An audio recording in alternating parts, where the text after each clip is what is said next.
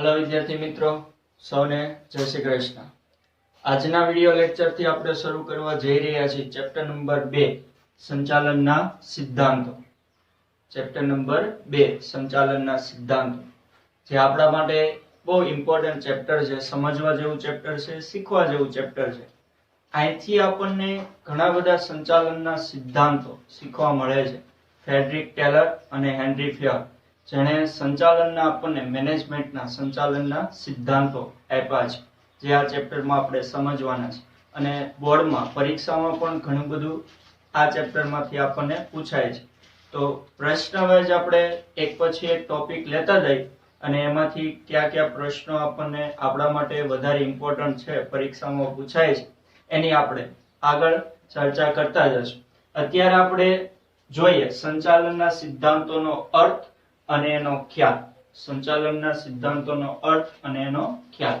Okay, સંચાલનના સિદ્ધાંતોનો અર્થ ધંધાકીય એકમમાં માનવ વર્તણૂકને સાનુકૂળ કરવા। હવે અહીંયા પણ એમ કીધું છે ધંધાકીય એકમમાં માનવ વર્તણૂકને સાનુકૂળ કરવા। તો ધંધાકીય એકમમાં કોણ કામ કરતું હોય? કર્મચારી। કોણ કામ કરતું હોય? કર્મચારી।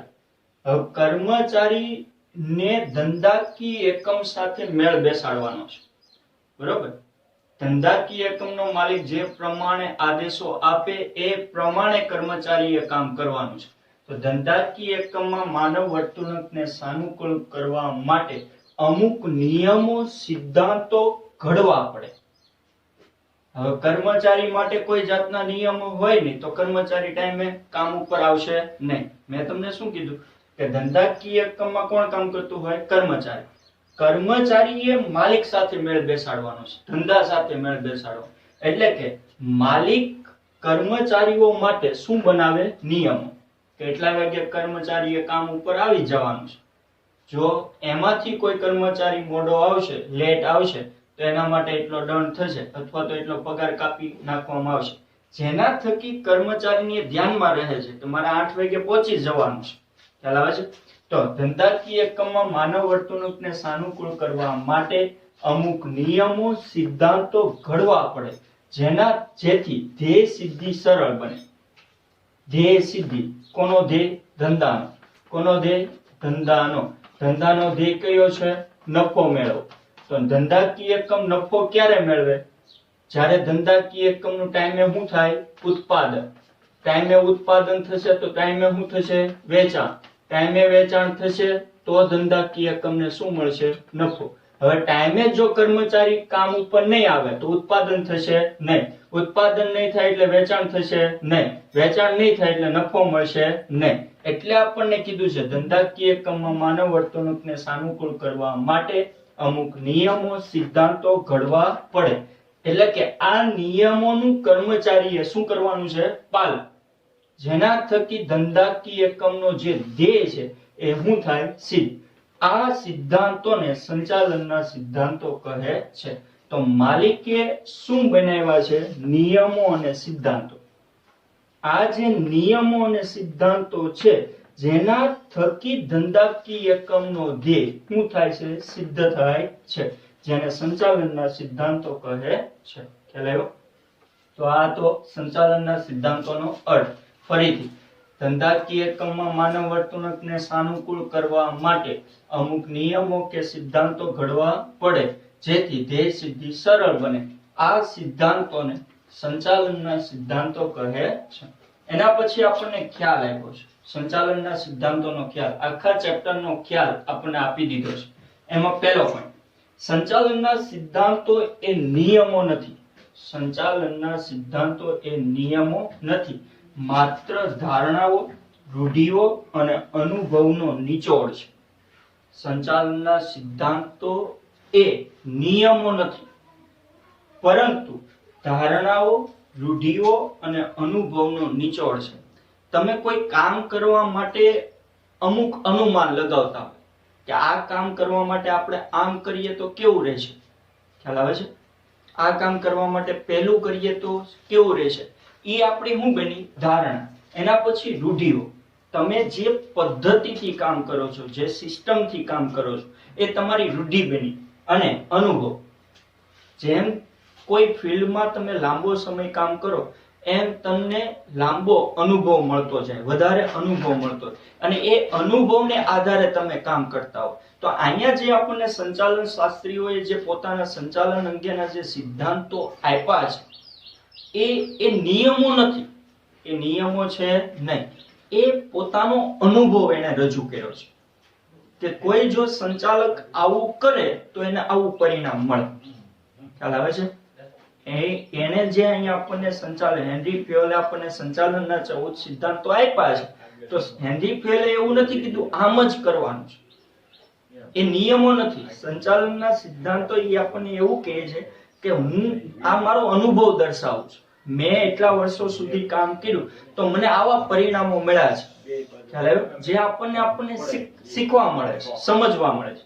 તો સંચાલનના સિદ્ધાંતો એ નિયમો નથી, માત્ર ધારણાઓ, રૂઢિઓ અને અનુભવનો નિચોડ છે, જે જુદી જુદી પરિસ્થિતિમાં મેળવેલ તારણો છે. જુદી જુદી પરિસ્થિતિમાં મેળવેલ તારણો છે. દાખલા તરીકે કોઈ કામ કરતી વખતે તમારાથી કઈ ભૂલ થાય છે, હવે એનું ઈ કામ તમે બીજી વાર કરો ત્યારે પહેલી વખત જે ભૂલ થઈ હતી એ ભૂલ તમે પાછી બીજી વાર થવા દેવાના નથી. કેમ? તો તમને શું મળી ગયો? પહેલા અનુભવ મળી ગયો. ખ્યાલ આવે છે? મારા પહેલા વિડિયો લેક્ચરમાં હું કઈ બોલવાની ભૂલ કરું છું તો એની ભૂલ હું બીજા વિડિયો લેક્ચરમાં નહીં કરું. કેમ? તો કે અગાઉ મને શું મળી ગયો છે? અનુભવ, કે ગયા વિડિયો લેક્ચરમાં મારી આ ભૂલ થઈ હતી. તો અહીંયા સંચાલન શાસ્ત્રીઓએ જ્યારે કંપનીનું, ધંધાનું સંચાલન કર્યું છે ત્યારે એને જે અનુભવ્યા છે, એને જે અનુભવો થયા છે એ અનુભવો આપણને આ ચેપ્ટરમાં આપ્યા છે. સંચાલન છે ફ્રેડરિક ટેલર અને હેનરી ફ્યોલ, એને જે અનુભવો થયા છે, એને જે દર્શાવ્યું છે એ આપણને આ ચેપ્ટરમાં સમજાવ્યું છે. તો જુદી જુદી પરિસ્થિતિમાં મેળવે એને શું છે? તારણ. સંચાલનના સિદ્ધાંતો શુદ્ધ વિજ્ઞાનની માફક. શુદ્ધ વિજ્ઞાનની માફક ચેપ્ટર 1 માં આપણે ભણી ગયા. સંચાલન એક વિજ્ઞાન છે, સંચાલન એક કળા છે અને સંચાલન એક વ્યવસાય છે. એમાં આપણે એક ટોપિક શીખ્યા, સંચાલન એક વિજ્ઞાન છે. સંચાલનને એક વિજ્ઞાન કેમ કીધું છે? કે જેવા સિદ્ધાંતો વિજ્ઞાનમાં છે, જેવા નિયમો વિજ્ઞાનમાં છે, એવા જ નિયમો, એવા જ સિદ્ધાંતો શેમાં છે? સંચાલનમાં. માટે સંચાલન એક શું છે? વિજ્ઞાન. એટલે કે સંચાલનને કોની સાથે સરખાવ્યું છે? વિજ્ઞાન સાથે. પરંતુ અહીંયા આપણે સમજવાનું એ છે કે વિજ્ઞાનના જે નિયમો છે, વિજ્ઞાનના જે સિદ્ધાંતો છે એ જડ છે, એ પરિવર્તનશીલ નથી. એ કેવા છે? જડ. વિજ્ઞાનના નિયમો પ્રમાણે જ તમારે કામ કરવું પડે. આપણને કોઈ પ્રયોગ આપ્યો છે અને પ્રયોગમાં એમ કીધું છે આ એસિડમાં બીજું એસિડ, આ એસિડમાં બીજું એસિડ 2 ટીપા જ નાખવાનું છે. હવે જો 2 ટીપા કરતા તમે ત્રીજું ટીપું પાડશો તો એ તમારો પ્રયોગ સફળ થવાનો નથી. ખ્યાલ આવ્યો? તો કે વિજ્ઞાનનો નિયમ શું દર્શાવે છે? એ પ્રયોગ ક્યારે સફળ થાય? જ્યારે એક એસિડમાં તમે બીજું એસિડ એટલું, એટલે કે એનું જે માપ છે એટલું જ નાખવાનું છે. વધારે નાખશો તો એ સફળ થવાનું નથી. એ શું છે? વિજ્ઞાન. સમજાય છે? તમે લાઇટ ફિટિંગ કરો છો, હવે લાઇટ ફિટિંગ નો ઈ વિજ્ઞાન છે. હવે એમાં જો તમે ઊંધા છેડા દીધા હોય તો લાઇટ થવાની છે નહીં. વિજ્ઞાને દર્શાવ્યું છે કે આ છેડો અહીંયા જ આપવાનો છે ને પેલો છેડો અહીંયા જ આપવાનો છે. ન્યા આપો તો જ એ પ્રયોગ શું થવાનો છે? સફળ. નહીંતર થવાનો નથી. તો વિજ્ઞાનના નિયમો એ કેવા છે? જડ. એકવાર નક્કી થઈ ગયા પછી એમાં કોઈ પણ જાતનો ફેરફાર કરી શકાતો નથી. શેના નિયમોમાં? વિજ્ઞાનના નિયમો. જ્યારે અહીં આપણને મેન પોઝિટિવ વાત એ આપી છે, આપણા સંચાલનમાં, આપણા મેનેજમેન્ટમાં પોઝિટિવ વાત એ આપી છે કે શુદ્ધ વિજ્ઞાનની માફક સંચાલનના સિદ્ધાંતો જડ નથી. કેવા છે? પરિવર્તનશીલ. એટલે કે વિજ્ઞાનના નિયમો જડ છે, જ્યારે સંચાલનના સિદ્ધાંતો જડ નથી, પરિવર્તનશીલ છે. સમય, સંજોગો અને પરિસ્થિતિ મુજબ તમે એમાં ફેરફાર કરી શકો છો. હેલો. સંચાલન શાસ્ત્રી અહીં આપણને હેનરી ફેયોલે સંચાલનના 14 સિદ્ધાંતો આપ્યા છે. 14 સિદ્ધાંતો લખી દીધા પછી, આપી દીધા પછી છેલ્લે ફકરામાં હેનરી ફેયોલ સાહેબ કહેતા ગયા છે કે મેં જે આ ઉપર 14 સિદ્ધાંતો આપ્યા છે એ આખરી સિદ્ધાંતો નથી. નવા સંચાલન શાસ્ત્રીઓ એમાં સમય, સંજોગો અને પરિસ્થિતિ મુજબ ફેરફાર કરી શકે છે. ત્યાં સુધીની એને છૂટ આપી દીધી છે. એટલે એના ઉપરથી આપણે કહી શકીએ કે સંચાલનના સિદ્ધાંતો જડ નથી પરંતુ પરિવર્તનશીલ છે.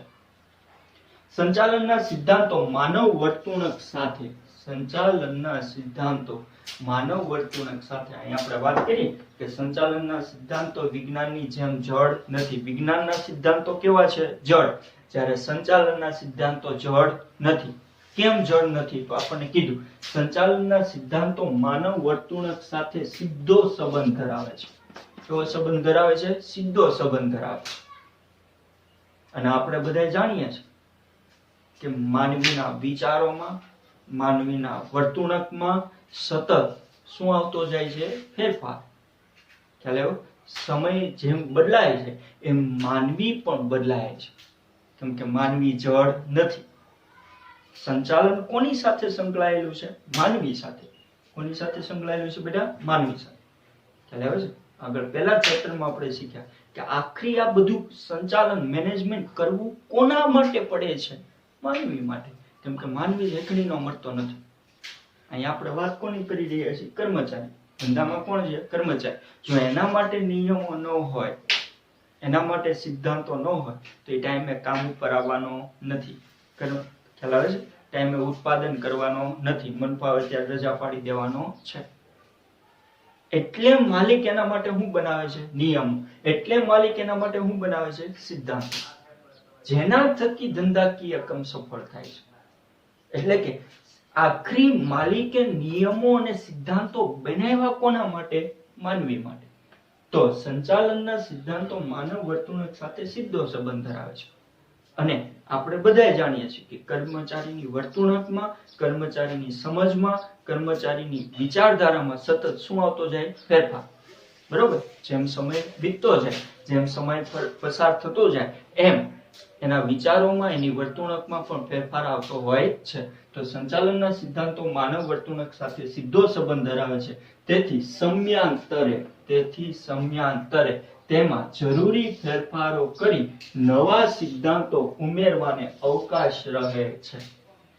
તમે જે અગાઉ સિદ્ધાંતો બનાવ્યા છે એ તમે વર્ષો સુધી ચલાવો તો એ ચાલે નહીં. કેમ કે તમારી કોમ્પિટિશનમાં બીજો વ્યક્તિ પણ ઊભો છે. તો તમારે પણ કંઈક પરિવર્તન લાવવું પડે. ખ્યાલ? શેમાં? તમારા નિયમોમાં, તમારા સિદ્ધાંતોમાં. આગળ દાખલા તરીકે કોઈ એક કર્મચારીની બઢતી, ધ્યાન આપજો, કોઈ એક કર્મચારીની બઢતી અંગેના નિર્ણય માટે તેના નોકરીના વર્ષોને આધારભૂત ગણવામાં. ફોર એક્ઝામ્પલ, દાખલા તરીકે એ નામનો કર્મચારી છે, એને શું આપવાની છે? બઢતી. શું આપવાની છે? બઢતી. હવે જો એકમની વિચારધારાઓ જો, એક એકમ એવું છે જે કર્મચારીના નોકરીના વર્ષોને આધારભૂત ગણે છે કે જે કર્મચારી લાંબો સમય કામ કરતો હોય, એટલે કે લાંબા વર્ષોથી કામ કરતો હોય, એને પહેલા બઢતી આપવાની છે. એટલે કે એક કર્મચારી એક એકમ એવું છે, એક એકમ એવું છે જે કર્મચારીના નોકરીના વર્ષોને આધારભૂત ગણે છે. જ્યારે અન્ય એકમમાં, એટલે કે બીજું એક એકમ એવું છે, અન્ય એકમમાં કર્મચારીની કાર્યદક્ષતાને ધ્યાનમાં લઈ બઢતી આપવામાં આવે છે. બેમાં તફાવત છે. એક એકમ એવું છે જે કર્મચારીના નોકરીના વર્ષોને ધ્યાનમાં લે છે અને બીજું એક એકમ છે જે કર્મચારીની કાર્યદક્ષતાને ધ્યાનમાં લે છે. એક એકમ એવું વિચારે છે કે જે કર્મચારી લાંબા વર્ષોથી અહીંયા કામ કરતો હોય એને બઢતી આપવાની છે, અને બીજું એક એકમ એવું વિચારે છે કે ભલે 50 વર્ષથી કામ કરતો હોય અને એક કર્મચારી એવો છે કે જે કાલ જ આવ્યો છે પણ એની કાર્યક્ષમતા પહેલા કરતા વધારે છે, તો એને બઢતી આપવાની છે. એટલે બેની વિચારધારામાં શું છે? ફરક. બેના નિયમોમાં શું છે? ફરક. બેના સિદ્ધાંતોમાં શું છે? ફરક. ખ્યાલ આવે છે? આગળ સંચાલનના સિદ્ધાંતો અને સંચાલનની પ્રયુક્તિઓ. હકીકતે વિદ્યાર્થી આ બે શબ્દ જોવે ને તો એને બે શબ્દ કદાચ સમાન જેવા લાગે, સરખા લાગે. તો અહીં આપણને કીધું છે કે સંચાલનના સિદ્ધાંતો અને સંચાલનની પ્રયુક્તિ વચ્ચેનો ભેદ સમજવો જરૂરી છે. એટલે કે આ બે સરખા શબ્દ નથી, બંને વચ્ચે તફાવત છે, બંને વચ્ચે ફરક છે, બંને વચ્ચે ભેદ છે, જે આપણે સમજવાનું છે. સિદ્ધાંતો એટલે શું અને પ્રયુક્તિઓ એટલે શું? પ્રયુક્તિ એટલે પ્રયોગ. એટલે તો અહીં આપણે પહેલા પ્રયોગની વાત કરી છે. પ્રયુક્તિઓ કે રીતો એ ધ્યેય સિદ્ધિ માટે લેવામાં આવેલ વિવિધ પગલાઓનો સમૂહ છે. ધ્યેય સિદ્ધિ માટે લેવામાં આવેલ વિવિધ પગલાઓનો સમૂહ છે. ફોર એક્ઝામ્પલ આનું ઉદાહરણ લઈએ. દાખલા તરીકે થોમસ આલ્વા એડિસને લાઇટની શોધ કરી, બરાબર? તો લાઇટની શોધ કરવા માટે એને 1000 પ્રયોગો કર્યા. કેટલા પ્રયોગો કર્યા? 1000. અને આ 1000 પ્રયોગો કેવા ગયા? નિષ્ફળ. અને 1001મો જ્યારે પ્રયોગ હતો એ પ્રયોગ સફળ થયો. ખ્યાલ આવ્યો? તો 1001 એટલે કે આગળ કેટલા પ્રયોગો નિષ્ફળ ગયા? 1000. સફળ ક્યારે થયું? 1001. તો અહીંયા પણ શું કીધું છે? પ્રયુક્તિઓ કે રીતો એ ધ્યેય સિદ્ધિ માટે લેવામાં આવેલા વિવિધ પગલાઓનો સમૂહ છે. તો એને કેટલા પગલા લીધા? 1000. 1000 પગલા લીધા પછી સફળ થયો. તો 1000 નિયમો બન્યા. આપણે એમ કે આ 1000 તો નિષ્ફળ ગયા. નહીં, નિષ્ફળ નથી, એની સફળતા છે. કેમ કે એને ખબર પડી કે આ 1000 પ્રયોગ કરવાથી પ્રયોગ સફળ નથી થતો. આ 1000 પ્રવૃત્તિઓ કરવાથી, આ 1000 પ્રયુક્તિઓ કરવાથી સફળ નથી થતા. એટલે આવું કરવાથી સફળ થઈ.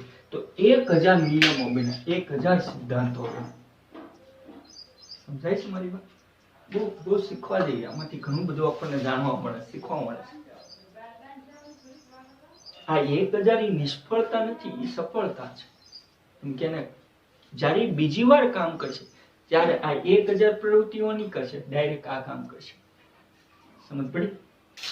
તો પ્રયુક્તિઓ કે રીતો એ ધ્યેય સિદ્ધિ માટે લેવામાં આવેલ વિવિધ પગલાઓનો શું છે? સમૂહ. તો કેટલા પગલા લીધા? 1000. આગળ જ્યારે સિદ્ધાંતો હવે આપણે વાત પણ કરીએ છીએ સિદ્ધાંતો. જ્યારે સિદ્ધાંતો એ પ્રયુક્તિઓના અમલ વખતે લેવામાં આવેલ નિર્ણયો અંગેની માર્ગદર્શિકા છે. તો 1000 નિયમોની માર્ગદર્શિકા બની. 1000 નિયમોની શું બની? માર્ગદર્શિકા. થોમસ આલ્વા એડિસને બુક બહાર પાડી છે કે આ 1000 પ્રયોગો હું કર્યો તો એમાં મને આવા પરિણામો મળ્યા. પણ 1001માં મેં આમ કામ કર્યું તો મને મારો પ્રયોગ સફળ થયો. તો એને જે બુક બહાર પાડી છે એમાંથી લોકોને જાણવા મળે, શીખવા મળે છે. શું મળે છે? માર્ગદર્શન. એટલે આપણને માર્ગદર્શિકા શબ્દ વાપર્યો છે. હેલો. તો આજના વિડિયો લેક્ચરમાં આપણે ભણ્યા સંચાલનના સિદ્ધાંતોનો અર્થ અને એનો ખ્યાલ. રેડી? જે તમારે આખું વ્યવસ્થિત તૈયાર કરવાનું છે. Thank you.